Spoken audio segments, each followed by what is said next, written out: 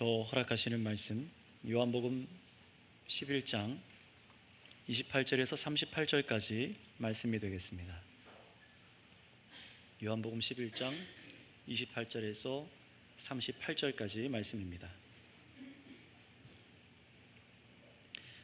저 한 절 여러분 한 절 28절부터 보시겠습니다. 이 말을 하고 돌아가서 가만히 그 자매 마리아를 불러 말하되 선생님이 오셔서 너를 부르신다 하니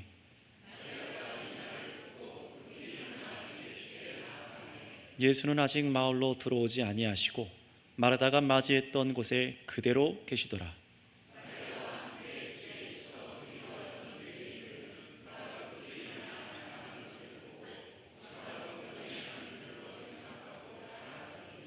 마리아가 예수 계신 곳에 가서 배웠고 그 발 앞에 엎드려 이르되 주께서 여기 계셨더라면 내 오라버니가 죽지 아니하였겠나이다 하더라.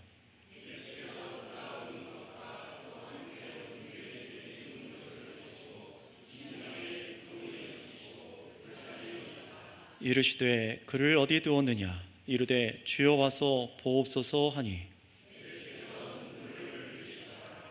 이에 유대인들이 말하되 보라 그를 얼마나 사랑하셨는가 하며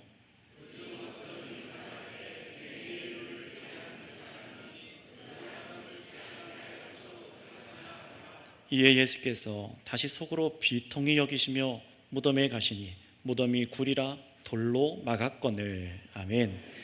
오늘은 이 본문 말씀을 가지고 주여 와서 보옵소서라는 제목으로 설교하도록 하겠습니다.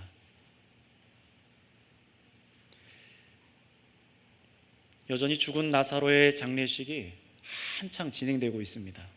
당시 유대인들은 이 장례 풍습 가운데 외부에서 사람을 불러서 계속해서 장례가 일어난 동안 피리를 부는 사람을 이렇게 두었어요. 그리고 뿐만 아니라 이 곡하는 여자들, 슬피 구슬펴 오는 그런 여자들을 데려다가 이렇게 곡하는 소리가 나도록 했습니다. 구약 성경에 보면은 누군가 죽을 때에 며칠을 소리내면서 백성들이 울었다라는 그런 기록들이 있지 않습니까? 바로 그런 것처럼 누가 봐도 이 집에 지금 사람이 죽어서 지금 장례가 치러지고 있구나라는 것을 알 수 있었던 겁니다. 그런 와중에 예수님을 먼저 만났던 마르다는 다시 눈물과 곡소리가 가득한 저 장례가 한창인 그 집으로 돌아와서 가만히 자기의 여동생 마리아에게 말합니다. 선생님이 오셔서 너를 부르신다 라고 이렇게 말해요.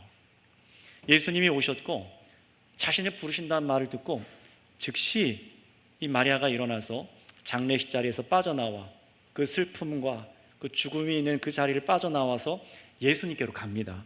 그리고 38절에 보시면 예수님께서는요 마을 바깥에 앞에서 그 언니 마르다와 대화하셨던 그 자리에 여전히 계셨다라고 성경이 기록하고 있어요. 자, 여러분 여기서 우리가 질문이 생깁니다. 사실 질문을 하라고 성경이 이렇게 우리에게 성경을 읽게 하신 건데요, 이런 겁니다. 왜 예수님께서는 나사로의 장례식이 치러지는 곳으로 직접 들어가지 않으시고 마을 바깥에 계셨을까? 이게 첫 번째고요. 또 왜 마리아를 따로 불러내신 것일까? 성경은 이 질문의 답을 저와 여러분들이 읽는 자들이 생각하고 발견하기를 원합니다. 그 답을요. 그래서 우선 보시면 예수님께서 장례식이 치러지는 곳으로 들어가지 않은 이유는 무엇이냐? 간단하게 말하자면 바로 그 장례식장이 주님께 어울리는 자리가 아니기 때문에 그렇습니다. 이게 무슨 말이냐면은 예수님께서는 저 요단강 건너편에 이 베다니 마을로 오신 그 이유가 무엇입니까? 무엇 때문에 오셨죠? 왜 오셨습니까? 죽은 나사로를 살리시기 위해 오신 겁니다. 사람들이 곡하며 구슬픈 소리가 나는 그곳에서 함께 울면서 애곡하기 위해서 예수님이 오신 게 아니에요. 예수님께서는 나사로의 병이 처음부터 죽을 병이 아니라고 말씀하셨고 하나님의 영광을 위한 병이다 이렇게 말씀하셨습니다. 게다가 나사로가 죽은 것을 아시자 어떻게 말씀하셨죠? 나사로가 잔다라고 말씀하시고 제자들에게 우리가 그를 깨우러 가자, 일으키러 가자라고 말씀하셨어요. 그런데 이 죽음에 슬퍼하고 남은 유가족을 위문하는 장례식장에 예수님께서 참여하신다는 것은 어울리지 않죠. 맞지 않은 겁니다. 살리러 오셨는데 그렇게 슬픔의 자리에 가서 애곡하는 자리에 가는 것이 맞지 않는 거예요. 그러니 예수님께서 장례의 자리에 있는 것은 어울리지 않다는 말이 바로 이 이유 때문입니다. 예수님께서는 곧장 나사로의 무덤으로 직접 가셔서 이제 나사로를 불러내실 작정이었기 때문에 마을에 들어가지 않은 겁니다. 다시 말하면 예수님께서 나사로의 장례를 허락하시지 않은 거예요. 죽음도 사는 것도 주님의 허락하에 있다라는 것입니다. 예수님께서 이 나사로의 장례를 허락하지 않은 거예요. 바로 이런 의미에서 예수님께서는 마르다를 통해서 그녀의 동생 마리아를 이제 불러냅니다. 그런데 여기서 사용된 이 성경의 단어들을 연구하는 것들이 잘 되어 있는데요, 선생님께서 너를 부르신다라고 할 때 이 부르신다라는 이 포네인이라는 헬라어가 어떤 의미냐면 한번 따라해 주시면 감사하겠습니다. 호출하다. 예, 호출하다. 불러내다라는데 호출하다라는 의미예요. 명령의 의미입니다. 그런데 이 단어가 단지 성경에서 누군가를 그냥 부를 때 좀 와보세요라고 부를 때 사용하는 그런 단어가 아니라요, 명령하여서 죽은 나사로를 살릴 때 사용한 단어가 이 호출하다, 포네인이라는 단어예요. 정말로 그런지 조금 뒤에 가서 요한복음 12장 17절 말씀을 한번 읽어볼게요. 앞에 준비된 화면으로도 한번 보겠습니다. 요한복음 12장 17절입니다. 시작. 나사로를 무덤에서 불러내어 죽은 자 가운데서 살리실 때에 함께 있던 무리가 증언한지라. 아멘. 나사로를 예수님께서 무덤에서 불러내어 살리신 후의 기록이죠. 그런데 보세요, 여기서 불러내어라고 할 때도 이 단어도 똑같이 마리아를 부를 때 포네인이라는 단어입니다. 그런데 이 단어를 마리아가 너를 부르신다라고 할 때 이 죽은 자를 불러내는 단어와 똑같이 쓰신 거예요. 죽은 자 나사로를 부활하기 위해서, 살게 하기 위해서 부르셨던 그 호출하다는 단어와 똑같은 걸 썼어요. 성경은요, 그냥 아무렇게 기록된 것이 아니라 성령님의 섬세한 조명하심으로 하나님이 전달하고자 하는 메시지들을 이 단어 하나에까지 분명히 적용해 두셨습니다. 바로 이런 단어의 독특한 사용은요, 계속돼요. 놀랍게도 마리아가 예수님의 그 호출하심, 그 포네인이라는 부르심을 듣고 나서 본문 29절에 어떻게 합니까? 일어나 예수께 나아갔다라고 하는데, 여기서 또 일어나다라는 단어가 헬라어에서요, 딱 그렇게 만든 것은 아니지만 부활 동사라고 합니다. 동사는 동사인데 주로 어디에 쓰였나?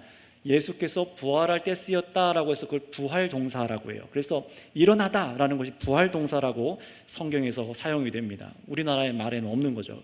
그러니 지금 이 말씀이 지금 이 앞에서 이 단어들을 통하여서, 이 사건을 통하여서 저와 여러분들에게 읽어내게 하려는 것이 뭡니까? 예수님께서요, 죽음에서 살리시려는 것은 죽은 저 나사로만이 아니라는 거예요. 그렇죠? 제자들로 예수님이 정말로 생명이고 부활이신 것을 믿게 하시기 위해서 이 말씀을 하시는 겁니다. 죽음이 예수님 앞에 정복되었고 참 생명이신 예수님께로 사람들이 나아올 수 있도록 이 단어들을 사용해서 우리가 어떻게 해야 되는가, 주님이 무엇을 하고 계신가를 보여주는 겁니다. 마리아는 어떻습니까? 예수님의 그 호출하심, 부르심에 일어나서 어디에서 나갔습니까? 그 장례식장에서 죽음에 있는 애곡이 있고 슬퍼하는 자리에서 일으킴 받아서 주님께로 나아갑니다. 주님께서 호출하시자 생명이 있는 주님께로 나아간 거예요. 장례식 가운데 죽음이 있고 두려워하는 그 가운데서 일어나서 주님께, 생명 있는 분께로 나아간 것이죠. 물론 이것이 예수님께서는 당시 장례식에는 전혀 참여하지 않으셨다던가, 믿는 신자가 죽으면 좀 울지 말아라, 슬퍼하지 말아라고 그렇게 가르치는 것이 전혀 아니에요. 그거 오해하시는 겁니다.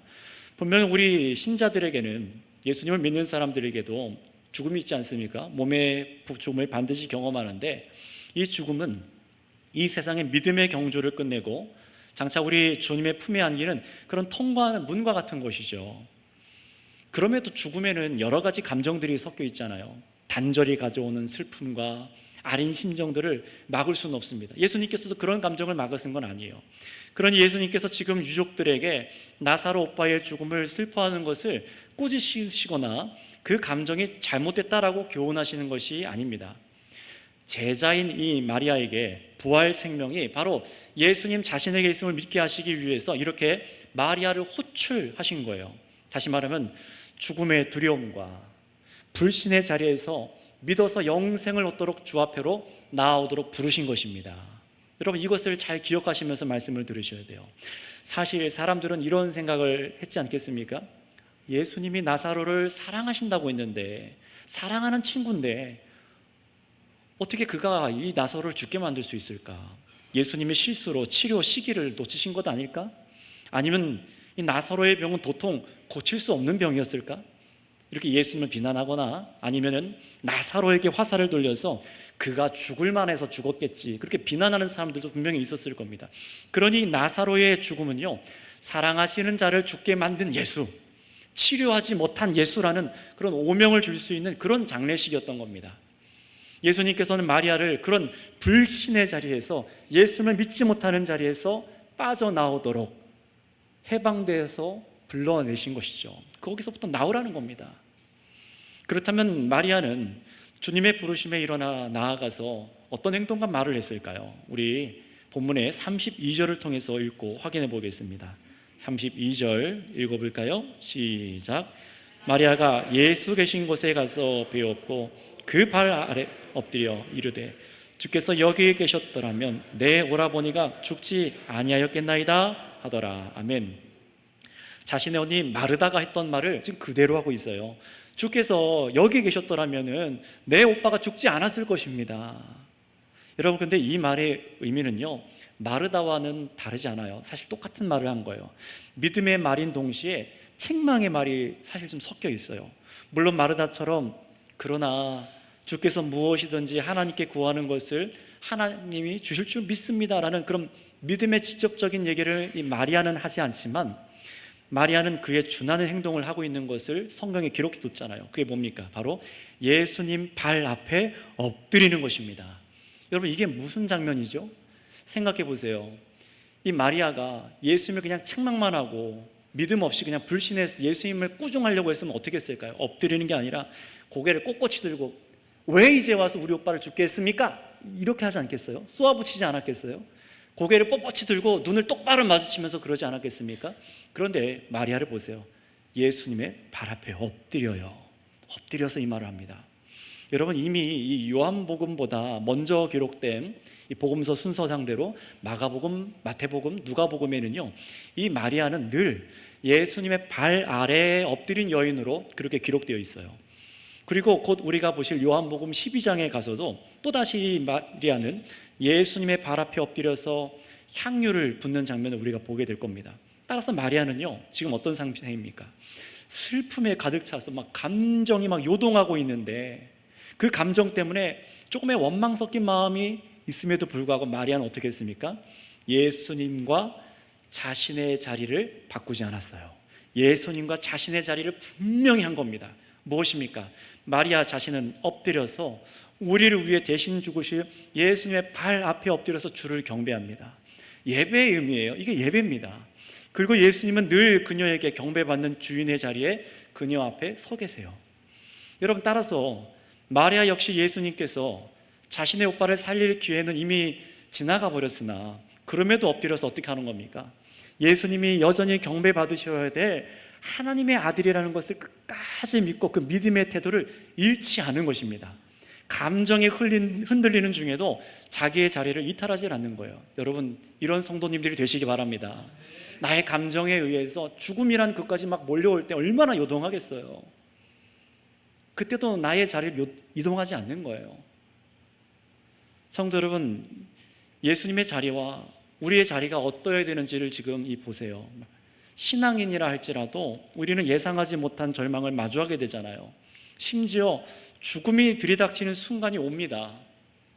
전혀 예상하지 못하고 죽음이라는 것 상상도 안 했는데 갑자기 들이닥쳐요. 이제 며칠 남았습니다. 몇 주 남았습니다. 몇 달 남았습니다. 또는 그냥 죽었습니다라는 비보가 들려오기도 하고, 죽음이라는 것이 있습니다. 그런데 바로 이런 지점에서 어떻습니까? 우리는 좌절하게 되고 예수님께 나아가는 것, 그래서 멈춰서는 안 된다는 거예요. 그런 절망적인 죽음의 자리가 온다 할지라도 예수님께 나아가서 엎드리는 것을 멈춰서는 안 된다는 겁니다. 여러분의 그 요동하는 감정 그대로를 가지고 예수님께로 나아가세요. 그리고 우리가 할 수 있는 것을 해야 합니다. 그게 무엇입니까? 주님께 엎드리는 거예요. 아무렇지 않은 척, 감정을 잘라내서 내가 남들보다 더 의연한 척, 믿음이 있는 사람처럼 보이고 싶어 하지 않으셔도 괜찮아요. 그렇게 하지 않으셔도 괜찮습니다. 여러분, 연약한 채로 주님 앞에 엎드리는 것이 바로 우리가 있어야 될 자리라는 사실을 여러분 기억하시기 바랍니다. 자, 그런데 우리 사람은요, 예수님께 우리의 감정을 공감받고 싶어 하잖아요. 주님 보세요, 지금 제 상태 좀 보세요. 공감받고 싶어요. 물론 예수님께서 또 여러분의 그 삶, 우리 감정, 아픔을 공감하시는 분입니다. 해결해 주시기도 합니다. 그러나 우리가 주님께 나아갈 때 우리 주님께서 여러분에게 보시는 것, 우리에게 보시는 것은 다른 데 있는 것처럼 보여요. 그게 무엇인지 우리 33절 말씀을 통해서 확인하겠습니다. 33절입니다. 시작. 예수께서 그가 우는 것과 또 함께 온 유대인들이 우는 것을 보시고 심령에 비통히 여기시고 불쌍히 여기사. 아멘. 이 마리아가 엎드려서 막 울어요. 또 이 자리에는 다른 사람도 지금 같이 울고 있어요. 31절에 보니까 마리아가 막 급히 막 뛰어나가니까 저 마리아가 무덤에 가서 곡하려나 보다라고 생각해서 이 장례에 위로하러 왔던 유대인들이 어떡합니까? 같이 가서 울어주려고 꽤 많은 사람들이 따라왔던 것 같아요. 근데 사실 이들은요, 전혀 예수님을 만나리라고는 생각도 하지 못했습니다. 마르다나 마리아와 같은 그런 신앙의 기대가 전혀 없는 사람들인데 우연히 딸려 나온 거예요. 우연히 이들은 마리아를 따라 나온 것이지만 전혀 우연 같지 않은 하나님의 섭리 속에서 이들 역시 예수님께서 나사로를 살리시는 장면을 현장에서 목격하게 되고요, 장차 예수님을 믿게 되는 사람들이 됩니다. 하나님께서는 정말 섬세한 역사로 많은 유대인들이 하나님의 영광을 목격하게 하신 거예요. 바로 이들도 마리아와 같이 옆에서 울었다라고 기록합니다. 물론 이것이 오늘 본문의 주제는 아니지만 하나님께서 택하여 부르는 자가 얼마나 섬세한 섭리로 우연을 가장한 하나님의 역사로 나오게 되는지를 우리가 볼 수 있는 것이죠. 그런데 예수님께서 이 마리아와 이 유대인들의 눈물을 흘려서 막 슬퍼서 우는 것을 보시고 성경에서 뭐라고 기록합니까? 예수님께서 심령에 비통히 여기시고 그들을 불쌍히 여기사라고 말씀합니다. 이 번역을 조금 더 나은 번역으로 수정을 하자면은, 물론 우리가 보고 있는 이 개역개정이 잘 된 번역, 좋은 성경은 맞지만 아쉬운 부분이 있어요. 오늘 이 구절에 심령이 비통히 여기고 불쌍히 여기사라고 번역된 본래의 의미는요, 한번 따라해 주시기 바랍니다. 격분하다, 분노하다, 이 의미예요. 여러분 성경에다가 써놓으시면 좋겠습니다. 저도 적어두세요.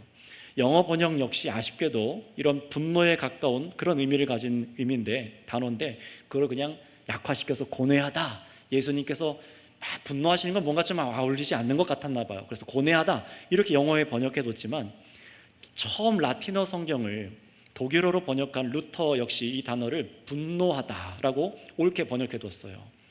그러니 이 의미대로 예수님께서 그 심령에 영원히 격분하셨다, 마음속에 분노가 치밀어 오르셨다라는 의미로 보면요, 또다시 궁금증이 생기지 않습니까?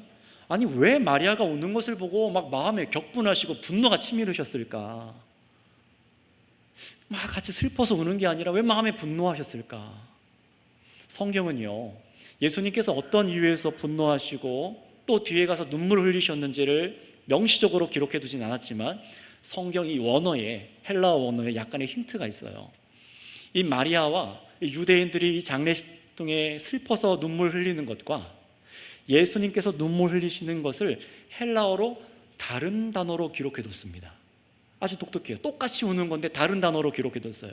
사람들이 우는 것에서는 헬라어로 클라이오라는 단어로 사람이 일반적으로 죽음을 보고 슬퍼 우는 것을 그렇게 기록해뒀는데요, 예수님이 눈물 흘리시는 것은 다른 단어로 써놨습니다. 이 신약 성경 전체 딱 한 번만 여기 등장하는 단어인데요, 저도 찾아보니까 다크리오라는 단어로 아주 독특한 헬라어로 기록해뒀어요. 의미는 뭐냐면은 일반적인 슬픔이 아니라 어떤 커다란 재난을 두고 탄식하면서 막 화나서 우는 것을 얘기하는 거예요. 그렇다면 예수님께서 이들의 말과 또 죽음을 보시고 사람과는 다른 마음으로 지금 울고 고통스러워 하셨다는 것을 알 수 있는 것이죠. 이 의미를 제대로 알기 위해서는요, 뒤에 말씀까지 한 번에 묶어서 봐야 돼요. 그래서 본문 뒤로 조금 더 가면 35절에 예수님께서 눈물 흘리시는 장면이 생생하게 기록되어 있죠. 여기서 잠깐 멈춰서 여러분, 이 눈물 흘리시는 예수님을 한번 주목해 보세요. 지금 이 눈물을 흘려 울고 계신 분이 누굽니까? 놀랍게도 말씀이 육신이 되신 하나님이십니다. 그러니 태초에 세상을 창조하신, 말씀으로 창조하신 그 하나님께서 눈물을 흘리고 계신 거예요. 놀라운 일인 겁니다. 우리가 생각하는 기계적인 하나님, 감정이 없을 것 같은 그런 하나님이 아니라는 거죠. 게다가 예수님은 하나님 아버지를 우리에게 알게 하시고 계시하시는 분이신데, 그러니 하나님께서 기계적으로 아무 감정 없이 우리를 죄에서 구원하시거나 세상의 죄로 망가지고 하나님의 형상대로 이루어지는 이 우리들 사람이 죽음에 이르는 것을 그냥 아무렇지 않게 여기는 분이 아니라는 걸 보여주는 거예요. 마음에 막 분노하시고 막 비통하시대요. 그래서 예수님께서 눈물 흘리실 때도 잘 보면은요, 나사로의 무덤으로 인도받고 나서 사랑하는 자 나사로가 들어있는 돌 무덤을 보시고 우시는 겁니다. 분명히 막 감정적으로 막 격분하면서 슬픔이 가득한 하나님의 마음을 지금 우리들이 보고 있는 거예요. 나사로를 살리러 오셨으니 울지 않고 막 멋들어지게 막 사람들 앞에서 행동하시면서 야, 울지 마, 울지 마, 내가 살리러 왔어, 이런 식으로 하시는 게 아니에요. 마치 그 마음 안에 있는 그 분노를 감출 수 없다는 듯이 막 터져 나오는 것처럼 보이잖아요. 그렇다면 여러분, 예수님께서 무엇에 대한 분노의 눈물을 흘리신 것일까요? 이 부분을 이해하려면요, 죽음이라는 것이 하나님 편에 어떻게 보이는지, 또 반대로 죽음이라는 것이 우리 사람에게는 어떻게 받아들여지고 있는지를 여러분 우리가 생각해 보면은 좀 이해가 될 수 있습니다. 여러분, 우리 사람은 어떻습니까? 이 마르다 마리아처럼 죽음 앞에, 갑자기 찾아온 죽음 앞에 절망합니다. 주께서 여기 계셨더라면 우리 오빠가 안 죽었을 거라면서, 이 죽음이 너무 강력해서 예수님도 손쓸 수 없는 그런 강을 건너가 버렸다, 그렇게 여기는 거예요. 왜냐하면 죽음이라는 게 사실 우리에게 그런 것 아닙니까? 분명히 죽음은요, 우리 사람에게 이해할 수도 없고 받아들이기도 싫은 두려운 겁니다. 아름답게 핀 이 우리 인생이 한순간에 썩어버리고 냄새나고 구더기가 드글거리게 되고 비참한 거예요. 모든 노력이 거품이 되어버리고 뜨거운 사랑도 내 옆에 사랑하는 사람의 죽음을 막아낼 도리가 없어요. 어쩔 수 없이 죽음을 받아들이고 있는 것이지 결코 우리는 죽음을 원하고 있지 않습니다. 그렇지 않습니까? 죽음을 원하는 분이 있어요? 없습니다. 그러다 보니 이 고통스러운 죽음을 사람들은 때론 포장하기도 해요. 분명히 죽음은 끔찍하고 슬프고 고통스러운 것이지만 어떤 사람들은 이 고통에서 자신의 마음을 마비시키기 위해서 사람의 죽음을 미화하기도 합니다. 문화와 시대와 사람의 가치관에 따라서 이 죽음을 찬양하는 사람들도 있어요. 자, 그렇다면 하나님 편에서는 어떨까요? 사람들처럼 죽음이 어쩔 수 없고 그냥 받아들여야 되는 그런 것일까요? 사실 죽음이란 여러분, 죄에 대한 하나님의 심판이 바로 죽음입니다. 죄에 대한 심판이 죽음이에요. 하나님 말씀을 불신하고 불순종한 죄의 대가가 처리받는 그 결론이 죽음입니다.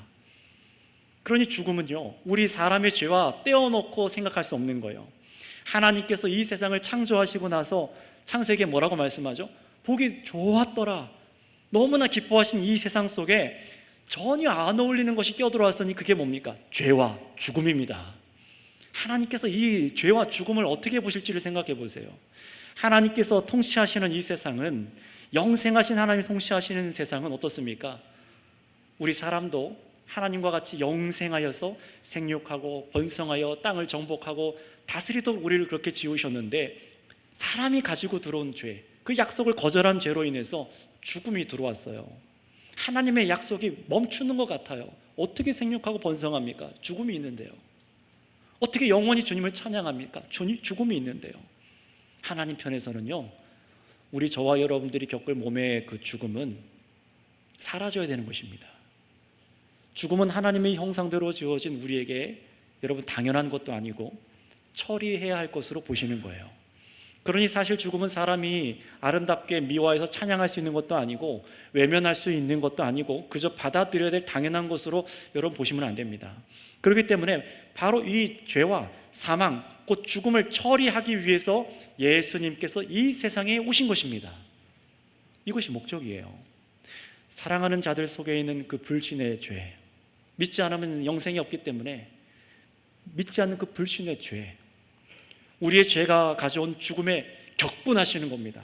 화가 나시는 거예요. 우리 사람의 죽음을 두고 우는 것과 전혀 다른 이유로 주님께서는 분개하시면서 눈물을 흘리시는 겁니다. 따라서 예수님께서 분노하시고 눈물 흘리시는 이유는 모든 인간, 우리 인간의 슬픔의 뿌리인 바로 이 죄와 죽음에 대해서 분노하신다는 사실을 기억하시기를 바랍니다. 그리고 동시에 자신들 앞에 와 있는 이 예수님을 정말로 죽음을 아주 끝내시려는 하나님의 생명, 하나님의 아들이라는 것을 전혀 믿지 못하는 것에 불신에 대해서 분노하고 계신 거예요. 여전히 오늘날도 계속해서 이런 일들이 계속되잖아요. 주님께서 얼마나 비통해 하실지를 생각해 보세요. 사랑하는 자들이 그 죄에 짓눌려서 예수님을 불신하고 있어요. 죽음을 끝장내려 오셨는데, 생명을 주러 오셨는데 죽음 때문에 두려워하고 있어요. 마치 예수님도 아무것도 할 수 없다는 듯이 비통해 하시는 겁니다. 예수님께서 지금 요한복음에서 보여주신 여러 가지 표적들이 있잖아요. 이 역사 속에 이루신 자신의 정체가 무엇인지 밝히신 수많은 말씀을 이들이 들었다면요, 어떻게 되는 것입니까? 막 비참해하고 죽음을 비참해하게 하고 예수님도 아무것도 할 수 없을 것이다, 막 그런 생각을 하고 울고 있는 게 아니라 어떤 믿음이 필요합니까? 예수님께서 이 죽음마저도 통제하시고 다스리시는 생명의 주인이신 것을 믿어야만 했던 것입니다. 그러나 이들은요, 먼 미래에서 자신들이 예수님 때문에 부활의 몸을 입을 것은 그것은 믿고 있었지만 그 부활 생명이, 나를 살리는 그 부활 생명이 지금 내 눈앞에 계신, 우리와 함께 계신 예수님이라는 사실은 믿지 못하고 있던 거예요. 그러니 죽음 앞에 예수님이 아무것도 할 수 없는 것처럼 여기는 불신앙이 드러나는 것입니다. 예수님을 믿고 죽었는데도 어떡하냐고 슬퍼하고 불신이 드러나는 거예요. 그래서 주님께서 나사로가 병든 곳에 계셔야만 그를 치료하고 그를 살릴 수 있었다라는 말은요, 반쪽짜리 믿음입니다. 예수님 자신이 부활이며 생명이니 믿는 자는 이미 부활 생명을 얻었다는 것과 믿음으로 나사로가 예수님의 부활을, 생명을 소유했다는 것을 이들이 깨닫지를 못하고 있으니 예수님이 눈물을 흘리십니다. 그러나 안타깝게도요, 당시 사람들은 이 예수님의 흘리는 눈물을, 그 의미를 몰랐어요. 심지어 예수님의 눈물을 왜곡하고 예수님을 비난하기까지 합니다. 36절을 보실까요? 36절에 이에 유대인들이 말하되 보라, 그를 얼마나 사랑하셨는가. 그냥 사랑의 눈물인 줄 알아요. 오해하고 있는 거죠. 예수님을 긍정적으로 보는 유대인들이 한 말입니다. 얼마나 그를 사랑하셨는가. 또 37절에 그중 어떤 이는 말하되 맹인의 눈을 뜨게 한 사람이 그 사람은 죽지 않게 할 수 없었더냐, 비난하는 거잖아요. 예수님 앞에서 날 때부터 맹인이었던 사람을 눈뜨게 하신 그 사건을 두고 비난하는 거예요. 왜냐하면 눈뜨게 하신 그 사건도 그저 신기한 기적을 일으킨, 그냥 어떤 사람이, 특별한 사람이 일으킨 그런 기적종으로 보지 예수님을 정말로 그리스도로 믿고 있지 않기 때문에 그렇습니다. 그러니 예수는 어떤 사람으로 여긴 거예요? 신기한 기적을 보여줄 수 있는 사람일 뿐 죽음을 초월할 수는 없다고 비꼬는 겁니다. 죽음을 어떻게 다스려? 생명을 준다고 비꼬는 겁니다. 그리스도가 아니라는 거예요. 이어지는 예수님의 반응은 놀랍게도 그냥 넘어가시는 것이 아니라 뭐라고 38절에 되어 있냐면 마음으로 막 격분하였다, 또 분노하셨다라고 성경이 기록합니다. 정말로 그런지 오늘 본문 마지막 38절 말씀을 읽어보겠습니다. 38절입니다. 시작. 이에 예수께서 다시 속으로 비통히 여기사, 아멘, 다시 속으로 비통히 여기시며 마음에 격분하셨다고 합니다. 거기서 적어 놓으세요. 예수님이 분노하며 슬퍼하시는 이 감정을 생생하게 기록하여서 하나님 아버지의 분노가 어떠한지를 보여주시는 거예요. 아들을 통해서 하나님의 그 분노하심, 하나님의 격분하심을 보여주는 겁니다. 여러분, 근데 여기서 중요한 것은요, 예수님의 이런 분노, 하나님의 이런 분노가 어디로 향하냐라는 것 아니겠어요? 여러분, 예상대로라면 우리가 잘못했기 때문에 우리에게 그 분노와 진노를 쏟으셔야 되는데, 놀랍게도 이 예수님이 우리의 부활이며 생명이신 그리스도이신 것을 믿지 못하는 그 불신과 또 사람에게 들여오는 죄와 사망을 향한 이 분노를 우리들에게로 돌리지 않으십니다. 도리어 예수님께서는 이 세상 죄와 죽음을 자신의 몸에 쏟기 시작하세요. 다 짊어지세요. 아버지 하나님께서는 어떻게 하셨어요? 우리들의 죄와 사망에 대한 분노하심을 죄인인 우리가 아니라 자신의 아들에게 저주로 다 쏟아 부으셨습니다. 그게 바로 십자가입니다. 그게 바로 십자가예요. 예수님께서는 어떻게 하셨습니까? 분노하시고 눈물 흘리신 그 모든 고통을 자신이 다 끌어안으시고 뚜벅뚜벅 십자가의 길로 걸어가시고 계신 것을 우리가 보는 거예요. 자신은 죽고 죄와 사망에 처한 자기 백성은 다시 살리시는 이 하나님의 일을 믿게 하기 위해서, 그래서 나사로를 지금 다시 살리시는 표적을 보여주시는 거예요. 정말로 생명이 자신이 있다는 것을 믿게 하라는 것이죠. 근데 어떤 사람들이에요? 그들이요? 도무지 믿지 않고 죽음에서 한 발자국도 빠져나오지 못하는 그런 우리를 이렇게 만든 죄의 문제에 분노하시며 나사로가 잠든 무덤 앞으로 걸어가신 것입니다. 왜 무덤 앞으로 걸어가셨어요? 죽음을 깨 부수러 가시는 거예요. 그렇다면 여러분, 우리가 여기서 할 수 있는 것은 무엇입니까?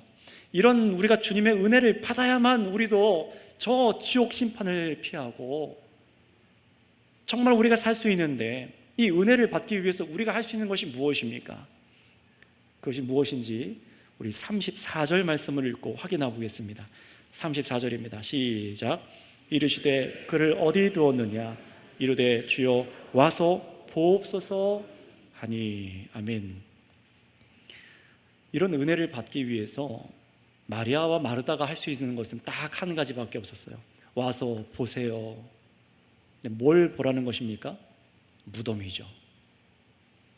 냄새나고 비통하고 비참함과 어둠이 가득한 슬픔의 자리, 무덤밖에 보여줄 게 없는 겁니다.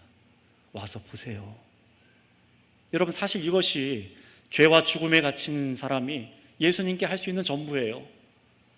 우리가 예수님 와보세요 라고 할 수 있는 것은 절망밖에 없습니다. 실패의 자리밖에 없습니다. 죄로 인해 망가지고 죽음으로 신음하는 자리밖에 없습니다. 여러분, 죽은 자가 무슨 하나님께 예물을 드리며 죽은 자가 무슨 기쁨으로 헌신하고 봉사를 합니까? 불가능한 거예요. 앞에서 보신 대로 먼저는 주님의 부르심에 일어나서 어떻게 돼요? 나와서 엎드려야 됩니다. 그리고 죄와 죽음의 냄새가 풀풀 나며 슬픔이 가득한 곳으로 주님이 와 주시기를 구해야 되는 것입니다. 이것밖에는 우리가 할 수 없는 것입니다. 솔직해지셔야 됩니다. 그런데 놀랍게도 주님은 어떻게 하시지요? 우리가 절망하며 상한 곳, 죄와 죽음이 있는 자리로 오셔서 죽은 자를 살리십니다. 영혼이 잠들어 있는 자를 깨워주십니다. 절망과 불신이 있는 자들을 일으켜서 믿음을 주십니다. 우리 깊숙한 곳에서부터 새 일을 시작하시는 것이 예수님이세요. 그런데 그 자리가 어디였다고요? 우리들의 죽음이 있는 곳, 불신이 있는 자리, 연약한 그 자리입니다. 그 자리에 주님이 오셔야지만 내가 일어날 수 있는 거예요. 여러분, 그러니 기억하세요. 주님께서 호출하신 오늘 이 자리도 주님께서 부르신 자리 아닙니까? 오늘 이 자리에 우리가 멀끔히 앉아서 마치 나는 아무 일도 없다는 듯이, 나는 주님이 없이도 살 수 있는 것 마냥 여러분의 죄가 그대로이며 사망의 자리에 그대로 앉아 있는데 전혀 주님의 도움을 구하지 않는 것은 바로 그것이야말로 불신입니다. 그거야말로 나의 죄와 사망의 문제가 해결되지 않았다는 반증입니다. 나의 멀끔한 모습만 보여드리려고 하지 마세요. 우리는 지금 감사의 예배를 드리고 있지 않습니까? 이 예배는 말 그대로 감사의 예배예요. 주님 와보세요. 나의 두려워하는 것과 절망에 빠진 것과 이 죽음의 문제를 정말 주께서 해결하실 줄을 믿습니다. 그걸 해결받은 자가 감사로 나와 드리는 게 이 감사의 예배입니다. 이게 주일 예배예요. 그래서 하나님께서 우리에게 찾으시는 예배가 무엇이라고 가르치셨습니까? 시편 51편 17절 말씀에 말씀하십니다. 우리 같이 읽어보겠습니다. 시작. 하나님께서 구하시는 제사는 상한 심령이라. 하나님이여 상하고 통회하는 마음을 주께서 멸시하지 아니하시리이다. 아멘. 우리들의 그 상하고 통회하는 마음입니다. 주님이 그 마음을 여러분에게 찾으신대요. 시편의 기록자 중 한 명이었던 다윗 왕의 시들을 한번 기억해 보세요. 처음에 시가 시작될 때 막 절망과 좌절로 시작합니다. 사망의 자리까지 막 내몰렸을 때 막 주님께 호소하잖아요. 어디 계십니까 주님? 보세요. 좀 봐주세요 라고 말하지 않습니까? 그리고 하나님께서 주시는 생명이 바로 그때 그 시편을 기록한 사람들의 마음을 다시 소생케 하실 때 얼마나 담대하게 우리가 원수를 이겼다라고 외칩니까? 하나님께서 원수를 물리치셨다고 말합니까? 왜 그렇습니까? 몸에 죽음이 와도 내가 멸망당하지 않을 영원한 생명이 나에게 있는 것을 믿는 거예요. 하나님께서 허락하신 그 믿음 때문에 담대해지는 거예요. 여러분, 주님께서는 나사로가 어떤 무덤에 묻혀 있는지, 어디에 있는지 몰라서 그를 어디에 두었느냐라고 물으시는 게 아닙니다. 주님께서 여러분들을 몰라서, 여러분의 비참함을 몰라서 보여달라는 것이 아닙니다. 이것은 우리의 믿음의 고백을 요구하시는 거예요. 내 죄로 인해 우리가 처한 가장 깊은 죽음의 문제를 해결할 분이 예수님밖에 없다는 것을 믿고 그 자리에 예수님이 계셔야만 하는 것입니다. 그걸 믿으라는 겁니다. 그냥 두지 말라는 거예요. 때가 되면 알아서 처리되겠지. 아니요, 죄와 사망의 문제는 절대 내버려두면 처리되지 않습니다. 점점 자라서 사망을 낳습니다. 죽음으로 끌고 갑니다. 여러분, 그런데 오늘 읽은 이 34절을 중심으로 해서 이 성경 말씀이 너무 놀라운 것을 저도 발견했어요. 많은 신앙의 선배들이, 뛰어난 주석가들도 오늘 읽은 이 34절에 예수님이 그를 어디에 두었느냐라는 이 질문과 와서 보소서라고 답하는 마리아의 말이 요한복음 처음의 말과 요한복음 마지막 말과 긴밀하게 연결되어서 우리를 믿음으로 이끄는 것을 보여줍니다. 정말로 우리가 어떤 믿음을 가져야 되는, 요한복음을 읽으면서 무엇을 믿으라고 하시는 것일까? 그 중심을 잡도록 기록해 놓고 하셨는데요, 이게 무슨 말인지 한번 먼저 요한복음 1장 38절에서 39절 말씀을 찾아 읽고 설명하겠습니다. 요한복음 1장 38절에서 39절 띄워주세요. 같이 한번 읽어보겠습니다. 시작. 예수께서 돌이켜 그 따르는 것을 보시고 물어 이르시되 무엇을 구하느냐? 이르시되 라삐여 어디 계시오니까 하니, 라삐는 번역하면 선생이라. 예수께서 이르시되 와서 보라. 그러므로 그들이 가서 계신 데를 보고 그날 함께 거하니 때가 10시쯤 되었더라. 아멘. 여러분, 이 말씀 기억하십니까? 예수님 어디 계십니까? 라고 묻던 두 사람이 와서 예수님께서 와서 보라 하시는 예수님의 그 초청의 말씀에 주님과 함께 가서 보고 거하자 어떻게 됐습니까? 믿음의 고백을 하죠. 예수님이 바로 우리가 찾던 그리스도십니다. 죽어있던 심령이 열려서 예수님이 그리스도이신 것을 알아보게 되었어요. 예수님께서 와서 보라 라고 하면서 그들을, 제자들을 생명으로 인도하신 겁니다. 이게 요한복음의 시작이었어요. 그리고 요한복음 중간인 오늘 11장에서는 반대로 예수님께서 죽은 나사로를 어디에 두었느냐라고 묻자 마리아가 와서 보세요 라고 합니다. 그리고 어떻게 됩니까? 예수님께서 가서 그 죽은 자 나사로를 보시자, 그 무덤을 보시자 어떻게 됩니까? 나사로가 살아난 줄 믿습니다. 예수님이 다시 그를 살리시죠. 죽음이 아니라 그 무덤에서 생명을 보게 하십니다. 그리고 요한복음 끝에 가서 20장에 예수님께서 죽고 부활하신 후에, 십자가에 죽고 3일 만에 부활하신 후에 이 마리아가요, 오늘 보는 그 마리아가 예수님의 무덤에 이 향품을 바르러 갔다가 어떻게 합니까? 무덤에 예수님의 시체가 없어진 걸 알고 막 당혹해서 한 사람을 만나서 뭐라고 물었습니까? 우리 요한복음 20장 15절 16절, 먼저 15절부터 한번 읽어보겠습니다. 앞에 화면을 띄워주세요. 20절 15절입니다. 20장 15절 시작. 예수께서 이르시되 어찌하여 울며 누구를 찾느냐? 마리아는 그가 동산지기인 줄 알고 이르되 주여 당신이 옮겼거든 어디 두었는지 내게 이르소서. 그리하면 내가 가져가리이다. 아멘. 자, 먼저 여기까지만 볼게요. 예수님께서 앞에서 나사로를 어디에 두었느냐라고 물은 것처럼 이번에는요, 마리아가 도리어 예수님께 묻습니다. 죽은 예수님을 어디다 두었습니까? 그 죽은 시체를 어디다 두었습니까? 여러분 보세요. 지금 마리아는 지금 자기 오빠가 예수님이 계신데도 죽은 오빠 나사로가 무덤에 죽어있다고 생각했어요. 정말 죽었다고 생각했습니다. 예수님이 가시는데도요. 그런데 지금 어떻습니까? 또다시 예수님의 무덤 앞에 와서 예수님의 시체를 찾고 있습니다. 부활이요 생명이라 그렇게 말씀하셨는데 또 여전히 예수님의 시체를 찾고 있어요. 예수님이 비통하여서 운 게 이해가 되지 않습니까? 그럼에도 불구하고 예수님께서 그를 어디에 두었습니까? 라고 묻고 마지막으로 보게 된 것이 무엇입니까? 부활하신 생명의 예수님인 줄 믿습니다. 죽음에서 아주 다시 사신 부활하신 예수님을 봅니다. 우리 16절 말씀 읽어보겠습니다. 16절입니다. 시작. 예수께서 마리아야 하시거늘 마리아가 돌이켜 히브리어 말로 랍비어 하니 이는 선생님이라는 말이라. 아멘. 주님이시군요. 나의 주님이시군요. 죽음에서 아주 다시 사신 부활하신 예수님을 본 겁니다. 목격한 거예요. 사람에게 둘러쳐진 죄의 사슬과 죽음의 저주를 아주 영원히 끊어버리신 부활이며 생명이신 예수님을 마리아가 목격한 거예요. 그러니 여러분, 예수님을 믿는 여러분, 주님께서 정말 우리에게 처리하고자 하신 것이 무엇인지를 보세요.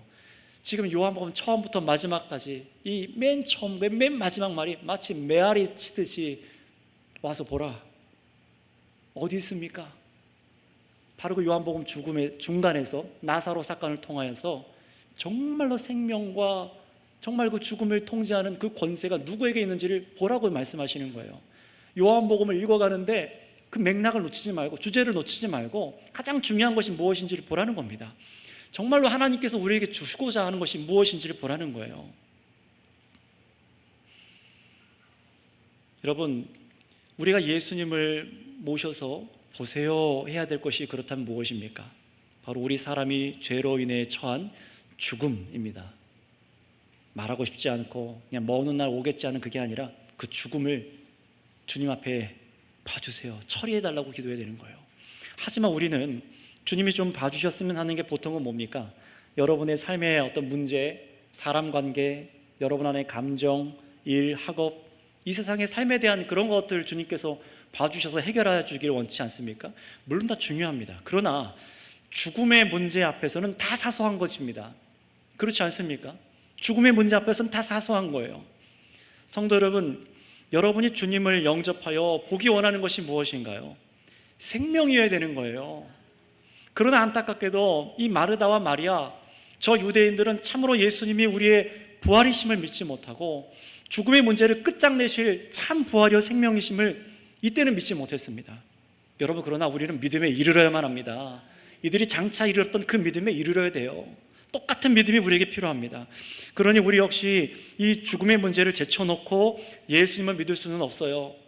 죽음의 문제가 해결되지 않았는데 다른 것 봐달라고 기도하면 뭐합니까? 죽음의 문제가 해결되지 않았는데요, 죄의 문제가 해결되지 않았는데요, 내 사랑하는 가족의 죽음의 문제가 해결되지 않았는데, 내 부모님과 내 자녀의 죽음의 문제가 해결되지 않았는데 무엇을 구합니까? 무엇에 비통하고 있냐는 거예요. 여러분의 죽음의 문제를 주님께 고하시기 바랍니다. 여러분이 분노하며 눈물 흘리는 것이 예수님과 같습니까?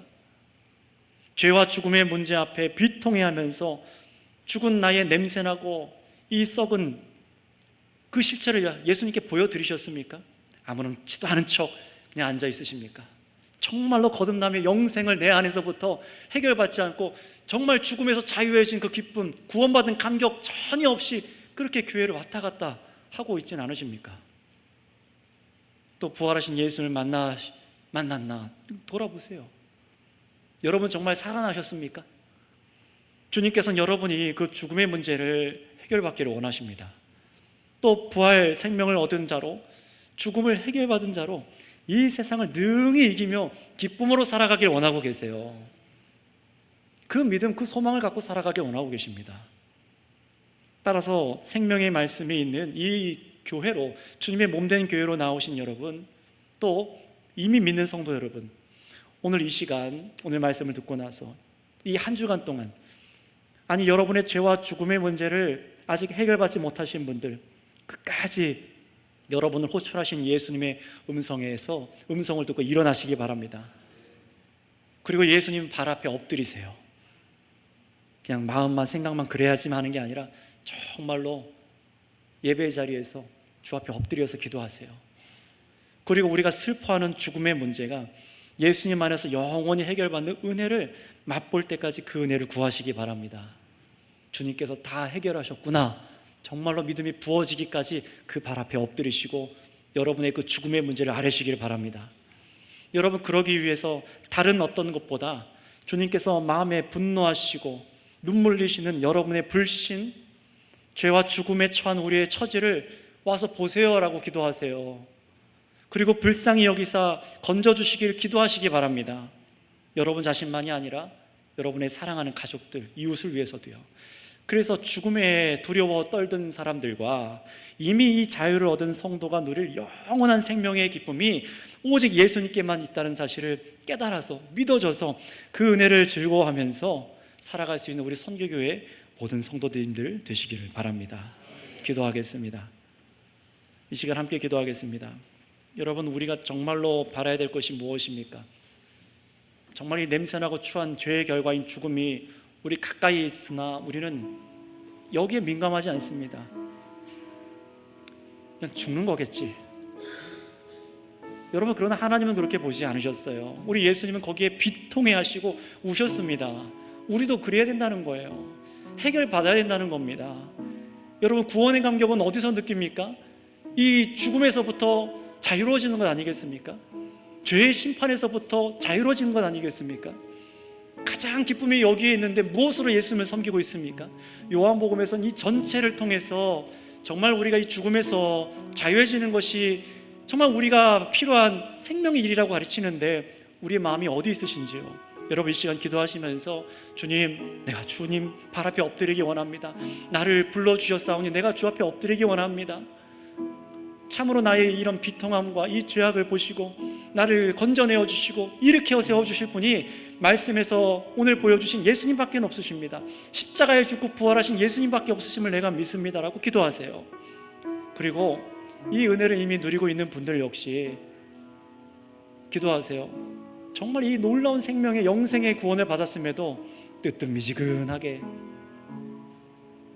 구원의 감격은 잊어버리고 도대체 내가 무엇을 위해 살아가야 되는지, 다른 사람들을 위해서, 세상을 위해서 무엇을 울어야 되는지 알지 못한 채로 그냥 열심히 땀내서 돈 벌다가 쓰고 사라지고 그렇게 지나가 버리고 살고 있잖아요. 여러분, 우리 그래서는 안 됩니다. 주님, 정말로 주님께서 애통하고 비통해 하셨던 것처럼 우리도 울게 하여 주셔서 사랑하는 이웃들과 형제자매들이 참으로 영생을 얻을 수 있는 구원으로 정말 주님 만나게 하여 주시옵소서 하고 이 시간 우리 주여 한번 부르고 다 같이 기도하겠습니다. 주여, 하나님 아버지, 오늘 이 시간 아버지 앞에 참으로 우리가 부름받아 나와서 기도합니다. 예수님의 말씀이 정말 우리를 이 생명의 자리로 부르신 것처럼 주님, 우리를 예수님의 발 앞에 엎드리게 하여 주신 줄 믿습니다. 주님, 우리 안에 믿음이 생겨나게 하여 주시고 참으로 우리 안에 세일을 행하여 주셔서 엎드리게 하여 주시옵소서. 엎드리기 원합니다. 주님, 우리를 받아주시는 주님, 우리를 꾸짖지 아니하시고 우리를 책망하지 아니하시고 대신 그 죄와 이 죽음의 진노를 자신의 몸에 다 담당하셔서 죽으신 예수님, 하나님 아버지, 크신 사랑을 우리가 알고도 믿지 않고 불신하며 하나님 예수님을 멀리하며 이 죄와 죽음의 문제가 해결되지 않았는데도 여전히 우리가 어떻게 이 세상 가운데 살아가고 있는지를 봅니다. 주님, 우리를 용서하여 주시옵소서. 이 비통히 여기신 예수님의 눈물을 보면서 우리도 깨닫게 하여 주시고 주발 앞에 엎드려서 참으로 우리의 그 낮은 자리 비참하며 우리가 쳐다도 보고 싶지 않은 그 자리, 냄새나는 그 죽음의 자리에서 주님 오셔서 우리를 건져내 주시옵고 우리를 다시 살려내 주시옵소서. 우리의 심령을 새롭게 하여 주시옵소서. 그래서 세상과 같이 똑같이 썩어지지 아니하게 하여 주시옵고 죄 짓지 않게 하여 주시옵고 범죄하지 않게 하여 주시옵고 하나님, 죄의 사슬에 얽매인 사람으로 살아가지 아니하게 하여 주시옵소서. 오늘 이 말씀을 듣고 믿음으로 응답하여 기도하는 자들마다, 엎드리는 자들마다 이 인생 가운데 정말 주님을 찾게 하여 주시고 하나님 주와 동행하게 하여 주셔서 주님, 참으로 우리가 이제 무엇에 애써야 되고 울어야 되는지 정말 이 마리아와 마르다, 이 유대인들처럼 똑같은 울음으로 끝나는 것이 아니라 주님의 마음을 알아 주님과 같이 우는 자들로 서게 하여 주시옵소서. 우리에게 세를 행하신 주님 감사합니다. 감사합니다. 주님 감사합니다. 하나님 감사합니다. 정말로 꽃과 같이 폈다가 지워버리는 우리의 인생, 아름다운 우리 인생이 곧 냄새나고 썩어서 벌레 먹는 그러한 처지로 우리는 떨어집니다. 근데 바로 그런 죽음을 정복하기 위해서, 영원히 살게 하시기 위해서, 다시는 우리가 죄에 대해서 죽지 않게 하시기 위해서 우리를 살리기 위해 예수님께서 오신 줄을 믿습니다. 주님께서 우리를 찾아오셔서 불러주셨습니다. 우리를 호출하셨습니다. 우리가 믿음으로 일어나서, 정말로 주와 함께 일어나서 나아가 엎드리기 원하오니 주님, 우리의 경배를 받아 주시옵소서. 또한 주님, 우리의 가장 추한 것, 바로 우리의 죄, 죽음의 자리까지 우리를 인도하여 주님 보세요 라고 말하는 우리입니다. 이것밖에 우리가 보여드릴 것이 없습니다. 우리의 죄악을 용서하여 주시옵고 깨끗하게 하여 주시옵고 우리를 죽음에서 건져내어 주시옵고 죽음의 자리에서 일으켜내어 주셔서 참으로 주 안에 생기를 얻은 자로, 생생하게 이 생명을 얻은 자로서 즐거워하는 교회가 되게 하여 주시옵소서. 그래서 주님, 참으로 우리가 이 죽음 앞에 두려워하지 않게 하여 주시옵고 오직 주를 위해 순종하며 살아가는 참된 교회가 되게 하여 주시옵소서. 감사하며 우리 구주 예수님의 이름으로 기도드렸사옵나이다. 아멘. 다 함께 자리에서 일어나셔서 찬송가 635장 찬송 드리신 후에 우리 원로 목사님 축도로 예배를 마치겠습니다.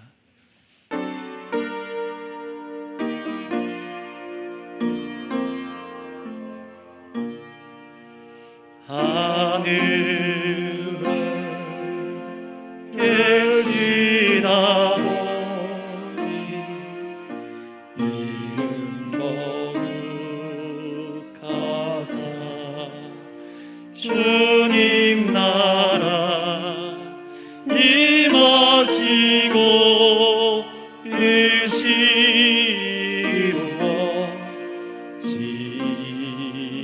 이루어지이다. 일용할 양식 주시고 우리들의 큰 죄 다 용서하시고 또 시험에 들게 마시고 악의